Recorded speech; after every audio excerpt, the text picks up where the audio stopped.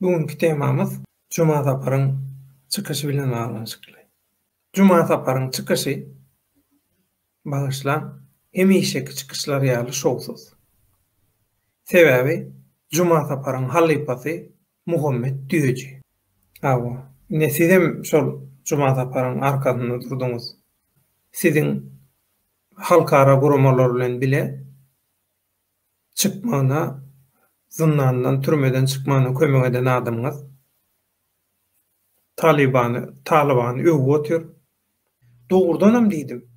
Şu adamlaň aýdyşy ýaly. Cuma sapar şu ekstremistleň, çakdan aşa dinçileň, şol dini ulanýan wagşy Talybanyň uly güýçlüň, global güýçlüň oýunjagy bolan şu akmak, samsyk, nalajedeýin, nadan, ekstremist Talibanlary dogrudanam bir eýjejik gowja edip görkezjek bolýarmy. Täjikistana hüjüm etdi, oňa hüjüm etdi, muňa hüjüm etdi diýip begenýär.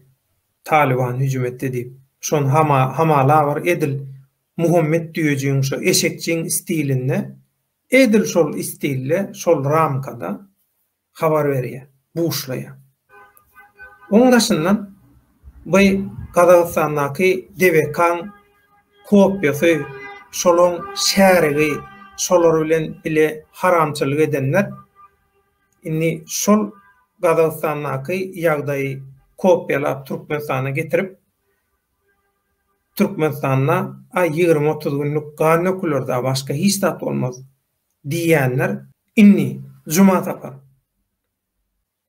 Eger bular ýaly syýasada aklyň yetmeýän bolsa, näme üçin çykyş edýän türkmen halkynyň adyna?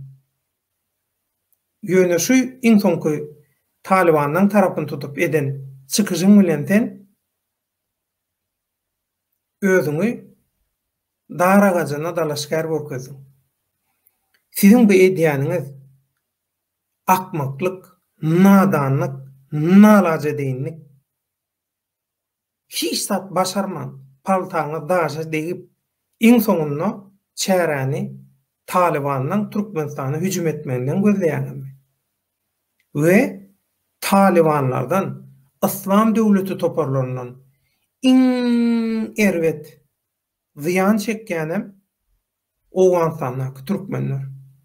Şumy sen türkmençilik? Şumy sen milli duýguň? Şumy sen halkyň tarapynda bolup bilsiň? Şumy watan söýerlik?